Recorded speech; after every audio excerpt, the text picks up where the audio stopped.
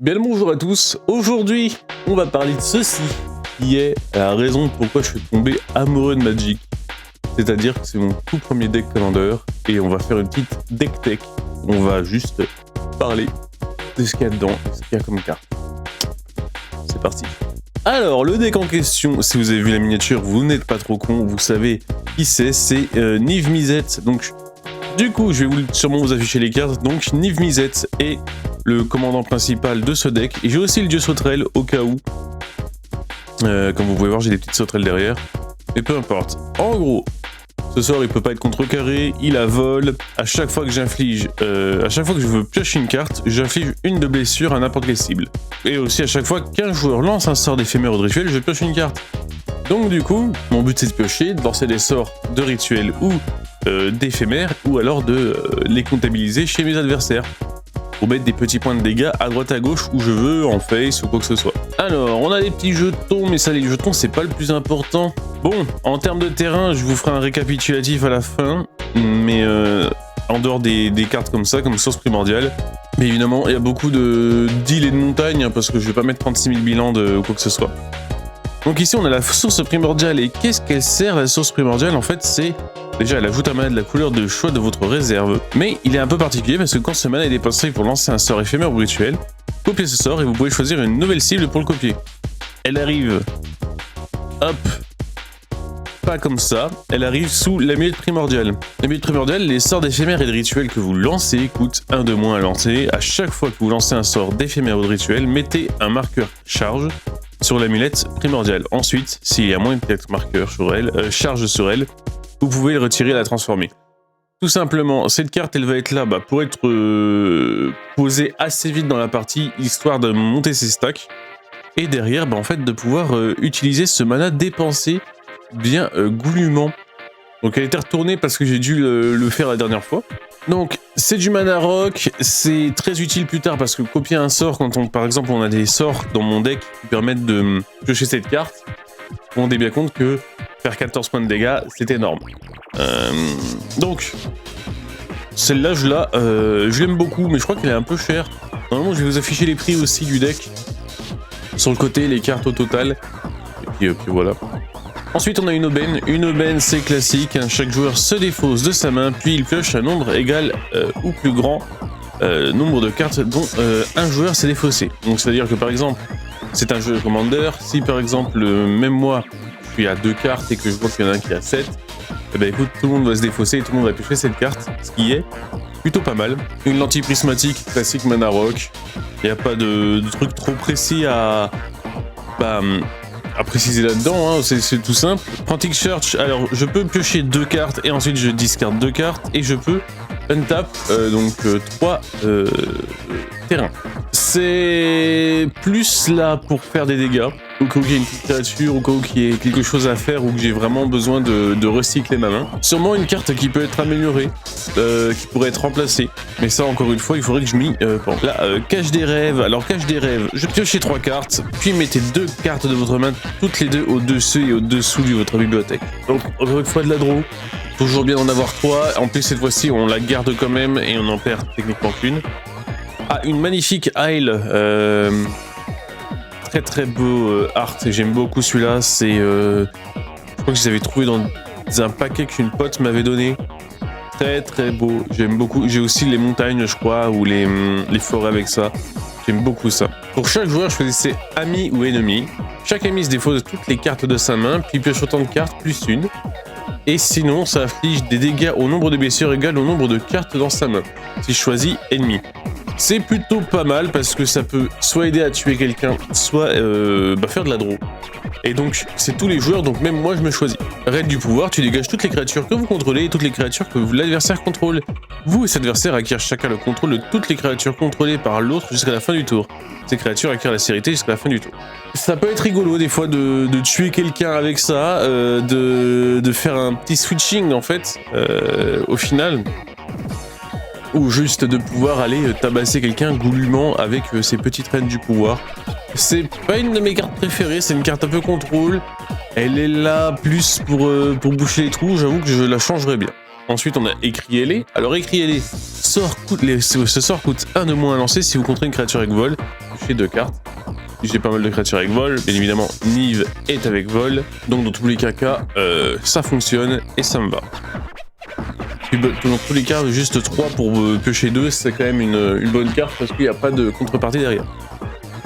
Ensuite, on a le commandement incendiaire. Choisis 2. Le commandement incendiaire affiche 4 blessures aux joueurs ciblés, ou le commandement incendiaire affiche 2 blessures à chaque créature. Ou détruisez le terrain non base ciblé, où chaque joueur se défausse de toutes les cartes de sa main et pioche ensuite autant de cartes. Là, en vrai, c'est situationnel, même si on utilisera souvent le dernier effet dans mon deck Niv-Mizzet, parce que logique, en fait, on fera beaucoup plus de dégâts en se défonçant et en piochant que juste en envoyant 4 de dégâts ou en faisant 2 de dégâts partout. Quoique 2 de dégâts partout, ça peut être intéressant si, je sais pas, il y a un deck assez aggro en face. Même si ça coûte cher, hein. Ça coûte 5 de mana. Ah, l'archimage qui dit que quand tu lances ou tu copies un sort éphémère ou un sort de rituel, tu pioches une carte. Voilà, c'est de la draw. Reforger l'arme, chaque joueur se défausse de sa main puis pioche cette carte. Bien évidemment, c'est de la draw. Avec un coup de miracle, donc vous pouvez lancer cette carte pour ce coup de miracle quand vous piochez, si c'est la première carte que vous avez pioché ce tour-ci.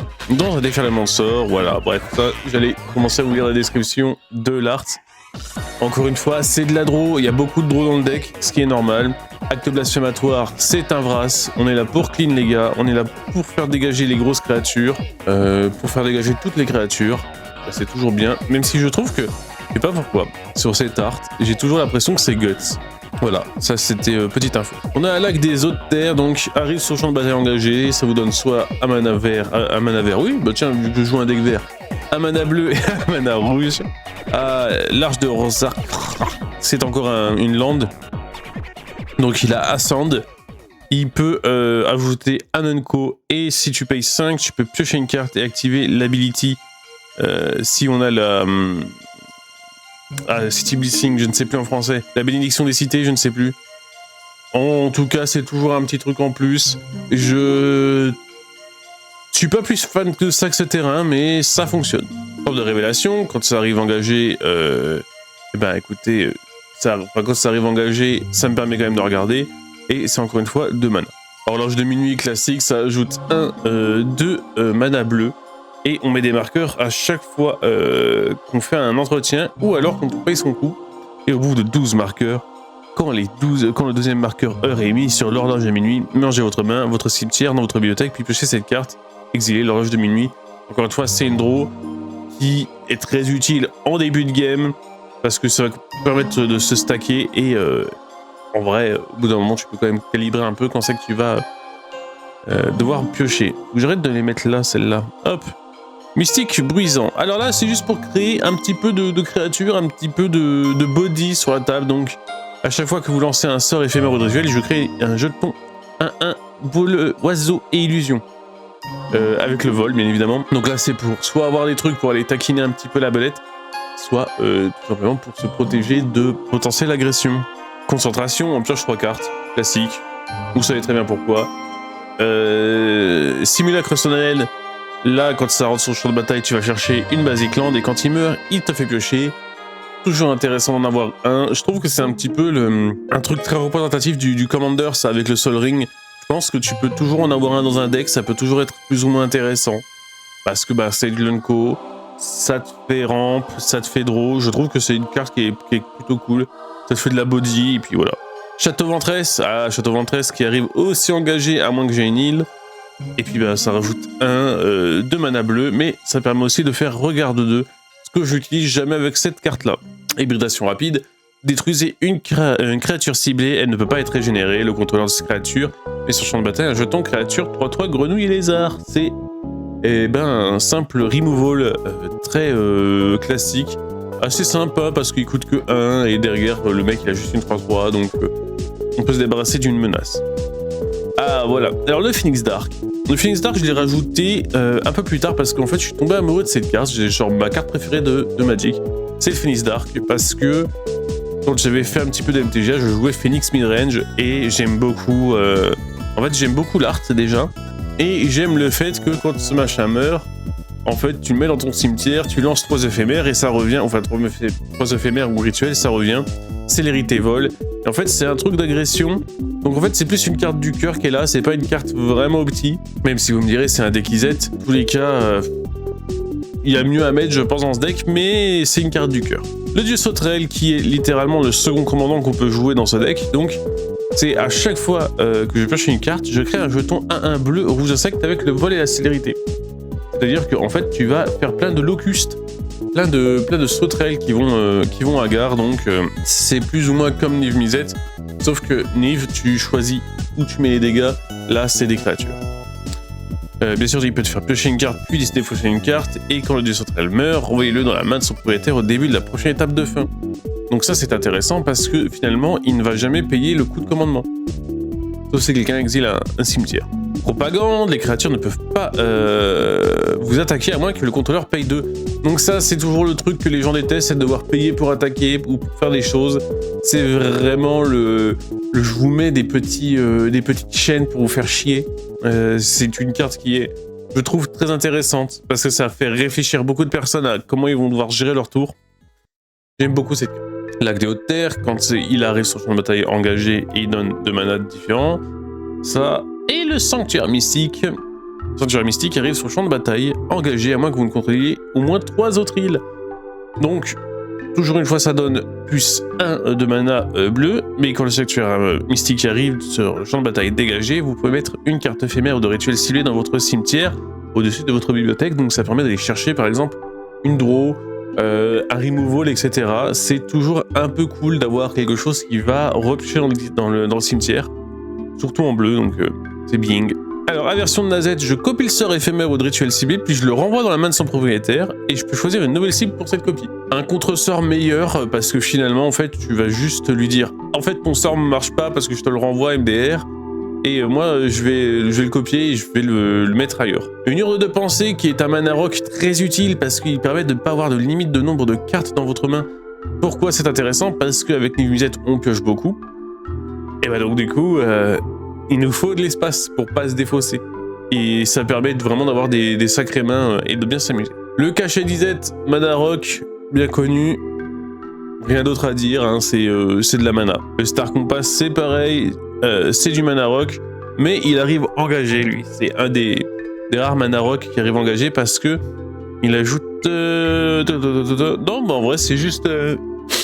Comme ça, lui il a rien de particulier, il arrive juste engagé. Alors, secousse d'impact, à chaque fois qu'une créature arrive sur le champ de bataille, sous votre contrôle, les secousses d'impact affligent 1 point de blessure à chaque adversaire. En vrai, c'est une carte qui est là pour faire un peu de dégâts en plus, mais j'avoue, bah en fait, vous avez peut-être vu pour l'instant, il n'y a pas beaucoup de créatures dans mon deck. Donc ça marche bien avec le dieu Locust, parce que pour le coup, en fait, je vais faire littéralement Niv Mizzet plus l'arrivée des sauterelles. Mais du coup, si on ne le joue pas, si on joue Niv Mizzet comme moi, c'est pas vraiment le plus intéressant parce que j'aurai beaucoup moins de créatures. Arcade Deny qui a un counter target spell, on fait piocher notre adversaire s'il le décide à son entretien, et sinon nous on piochera une carte en plus, un autre entretien aussi. C'est très fort, parce qu'un counter spell c'est toujours fort, surtout pour 2, et même si on fait piocher, finalement on pioche aussi, donc ça rentre dans notre petit deck. Refus, contrecarrer le sort ciblé, la capacité active ciblée ou la capacité déclenchée ciblée. Counter spell pur. Malédiction de pourceau, on exile X créatures ciblées. Pour chaque créature exilée de cette manière, son contrôleur crée des jetons de 2 vers sanglier. Donc on va retirer des grosses créatures qui font chier, encore une fois, c'est toujours l'intérêt. Remue-ménage, piochez 3 cartes et mettez ensuite 2 cartes de votre main au-dessus de votre bibliothèque dans l'ordre de votre choix. Castel and Baref, il arrive engagé sauf si on contrôle une montagne. Et il nous permet de booster une créature pour plus 1, plus 0. Jusqu'à la fin du tour. C'est aussi un truc que j'utilise très peu, mais je pense qu'il y a des possibilités. Torsion temporelle de Teferi.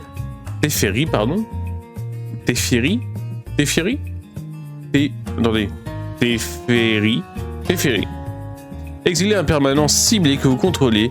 Envoyez cette carte sur le champ de bataille sous le contrôle de son propriétaire au début de la prochaine étape de fin. Si elle arrive sur le champ de bataille comme une créature, elle arrive avec un marqueur plus 1 supplémentaire sur elle. C'est histoire d'avoir un truc et de potentiellement éviter de se faire clean. Par exemple une Niv Mizzet ou un dieu sauterelle trop rapidement parce que en fait comme ça tu peux le remonter, tu la sors finalement du terrain. Une des cartes les plus chères qu'il y a dans ce deck, Purporos, le dieu de la forge. Il est indestructible. La dévotion du rouge, il est en dessous de... Si ma dévotion au rouge est en dessous de 5, ce n'est pas une créature. Quand une autre créature entre le champ de bataille, il affiche 2 points de dégâts à tous les adversaires et les créatures qu'on contrôle gagnent plus 1, plus 0 jusqu'à la fin du tour. Cette carte est très intéressante, surtout pour le côté indestructible et pour le petit effet de mettre des 2 dégâts dans la gueule des gens. Parce que du coup, même s'il n'est pas en créature, il est quand même là et il fera quand même son effet.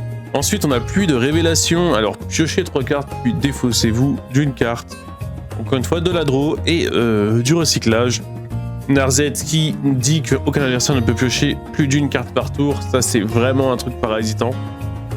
Son effet est moins important parce que c'est le but, là, c'est regarder les 4 cartes du dessus de votre bibliothèque. Vous pouvez révéler une carte non-terrain, non-créature parmi elles et la mettre dans votre main. Mettez le reste en dessous de votre bibliothèque. C'est sympa, mais en vrai, c'est surtout le fait de pénaliser l'adversaire que je trouve toujours intéressant, surtout dans un commandeur. Un autre mana rock, talisman de créativité, rien de plus à part qu'il met 1 de blessure quand tu utilises ses couleurs. Tour de commandement, un classique, un peu obligatoire aussi dans chaque commandeur, la tour de commandement. C'est le classico. Le miroir magique. Ce sort coûte 1 de moins à lancer pour chaque carte éphémère et rituelle dans votre cimetière. Toujours intéressant du coup. Il n'y a pas de limite au nombre de cartes dans votre main. Au début de votre entretien, mettez un marqueur connaissance sur le miroir magique, puis piochez une carte pour chaque marqueur connaissance sur le miroir magique. C'est très très fort, surtout dans la composition qu'on a là. C'est vraiment une des cartes que j'ai pas eu trop l'occasion de la jouer parce qu'à chaque fois, j'arrivais pas à tomber dessus, mais vraiment, je la trouve exceptionnellement forte, exceptionnellement intéressante parce que ça va être du scaling et plus elle est là, plus elle va poser problème. Elle se crée une menace instante et c'est trop cool. Aver Sprout. Pour toutes les créatures qui attaquent, son contrôleur va les mettre au-dessus en dessous de sa bibliothèque. Donc c'est juste un... Non, ne me tape pas, tiens, voici un petit retour dans ton deck. Tu as un contrôle très fort. On a le report psychotique qui a pris un peu Bagdad, ou alors c'est la sleeve. Attention. Et non, c'est le rampeur. Quel dommage. La force et l'endurance du rampeur psychotique sont chacune égales au nombre de cartes dans votre main. À chaque fois que vous touchez une carte, chaque adversaire perd 1 point de vie. Encore une fois, c'est quelque chose qu'on va poser sur le terrain pour parasiter encore plus l'adversaire, pour faire plus de dégâts. C'est vraiment très intéressant, surtout que en plus, si on arrive à bien se setup et avoir pas mal de cartes en main, ce sera quand même un sacré client à dégager du board. Le jeune pyromancien ou la jeune pyromancienne, je ne sais pas trop, qui quand on casse un instant, donc un éphémère ou un rituel, on crée un élémentaire 1-1. Et on a un Skull Clamp ensuite. Alors désolé si je renifle ou des fois ça m'arrive. Du coup on écrit que la créature qui va gagner plus 1/-1. Et quand cette créature va mourir, elle va nous faire piocher 2 cartes. Donc c'est toujours intéressant d'envoyer un truc au suicide ou simplement de créer une petite menace un peu plus importante. Si bien on pioche 2 cartes et ensuite on les mélange une carte de notre main dans la bibliothèque. Toujours intéressant, encore une fois c'est de la draw, c'est du recyclage. On a du Dina Charge. Alors Dina Charge, les créatures ciblées que vous contrôlez gagnent plus 2, plus 0 jusqu'à la fin du tour. La créature, excusez-moi, pas les créatures. Ils ont surcharge 2 et en fait c'est un peu un truc pour essayer d'achever quelqu'un ou pour booster quelqu'un qui va être le but de se taper un petit peu face, un piaf, quelque chose, une misette même. Parce qu'il faut quand même le faire attaquer le gros dragon. Surtout quand il vole, souvent c'est plus compliqué de le choper. Le chant du cygne. Le chant du cygne, on contrecarre le sans enchantement d'éphémère ou de rituel et à la place on lui offre un magnifique oiseau avec le vol de 2. Donc ça a toujours un petit contre-sport qui coûte que 1 mais qui a cette compensation. Toujours pratique, au cas où qu'il sorte un Vras ou une grosse saloperie pour clean votre commandeur. Réaction en chaîne inflige X blessures à chaque créature exceptant le nombre de créatures sur le bataille. Vous l'avez compris, nous sommes sur une sorte de Vras. Un peu compliqué à caser parce que des fois j'ai souvent le scénario où mes potes ont finalement juste des grosses créatures. Donc c'est un peu compliqué des fois pour que ce soit vraiment très efficace. Secret de la cité d'or. Ascension, donc si vous contrôlez au moins 10 permanents, vous gagnez l'agrément de la cité pour le reste de la partie. C'est ça, l'agrément de la cité, pas la bénédiction de la cité. C'est l'agrément. On pioche 2 cartes. Si vous avez l'agrément de la cité, vous piochez 3 cartes à la place. C'est de la draw, c'est très cool. On aime ça. On aime... c'est de la draw. J'ai pas dit c'est de la draw. Je crois que j'ai dit c'est de l'agro. Donc c'est de la draw. C'est très cool. C'est en vision. Il nous fait piocher une carte et on peut regarder deux. C'est un peu cool pour essayer de prédire ce qu'on va avoir dans sa main, pour essayer d'avoir quelque chose d'intéressant. Pour son coup, surtout, c'est une pioche presque gratos. Hein. En vrai, un de mana bleu, c'est pas grand chose. On a plongé. La créature que vous contrôlez gagne la défense talismanique jusqu'à la fin du tour. La protection, on ne veut pas que Niv-Mizzet meure. Bam, petite plongée. Et en plus, il sera boosté en termes de dégâts, enfin d'endurance. Ah, le pillage 100 fois, ça c'est une classique. On va piocher 2 cartes, puis se défausser de 2 cartes. Encore une fois, ça je l'aime beaucoup parce qu'elle a l'effet flashback en plus. C'est une carte qui coûte que 1. Au final, c'est vraiment pour dire, bah écoutez, j'ai besoin d'autre chose que ce que j'ai dans la main. Hop, on va aller chercher quelque chose d'intéressant. Alors, Sweet Coming, ça counter target spell, donc ça counter les spells. Et on peut le fortel, donc le payer pour l'exiler face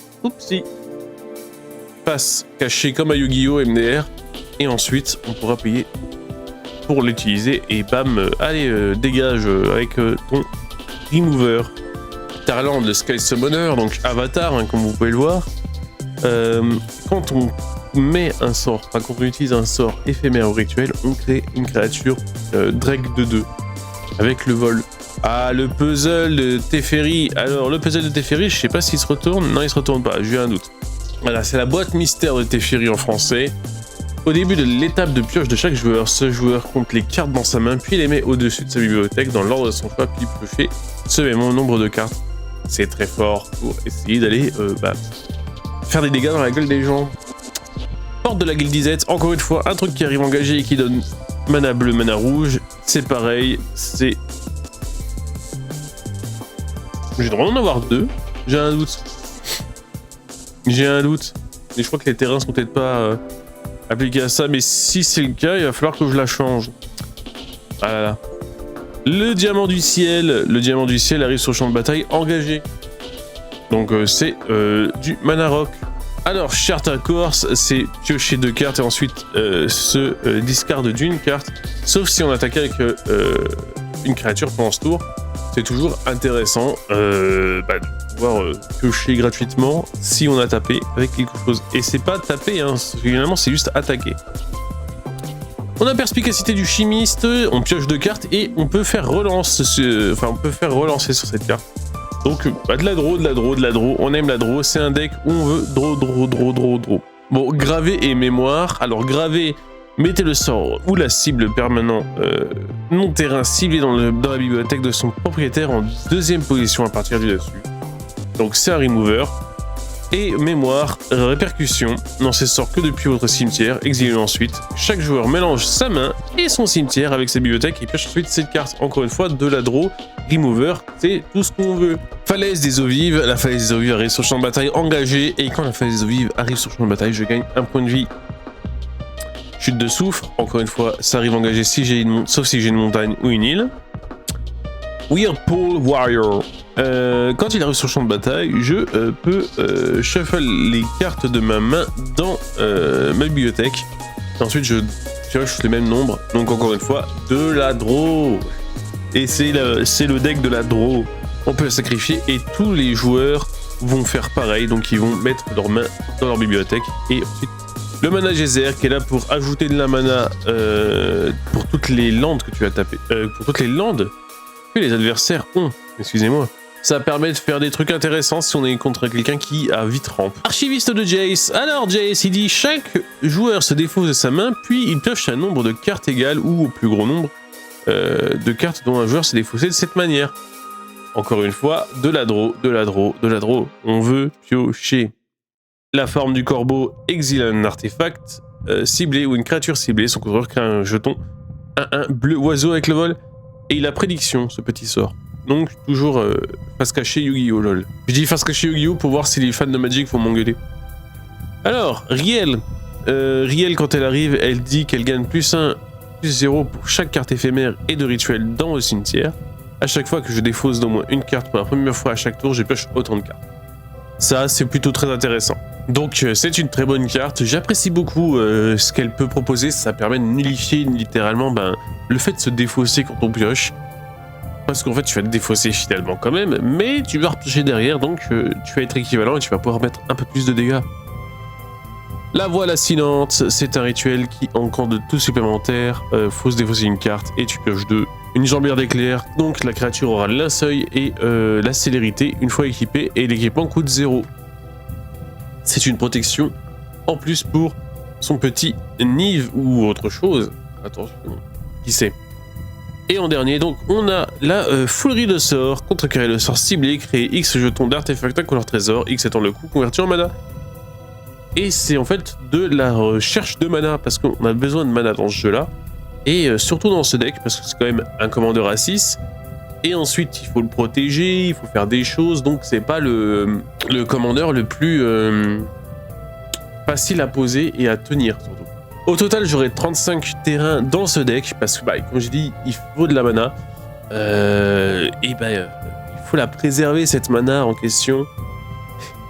Et le truc, c'est que sinon, vous n'allez pas pouvoir faire grand-chose, donc je pense que aller en dessous ne serait pas une bonne idée, si vous jouez ce deck-là. Alors attention, hein. Je n'ai aucune prétention à être un professionnel du deck build, à être trop intelligent, machin, etc. C'est juste que c'est mon deck qui m'a fait aimer Magic, c'est mon deck qui me fait encore jouer au Commander aujourd'hui et qui m'a fait donner envie, parce que maintenant mes potes jouent à Magic à cause de moi. Voilà, je suis le dealer de drogue de Bogota. Niv Mizzet, c'est toujours quelque chose que j'apprécie. Alors je sais que les gens détestent le bleu, mais moi je ne sais pas pourquoi. J'ai eu cet amour pour Izzet. J'ai toujours aimé le fait de pouvoir lancer des sorts et faire revenir des créatures. Que ça fasse des combos un petit peu rigolos. C'est un petit peu ma cam. Si vous avez des suggestions dans les commentaires pour améliorer ce deck, n'hésitez pas. Et sinon, je vous dis à la prochaine. Prenez soin de vous et on se retrouve sûrement vendredi pour la prochaine vidéo. Des bisous.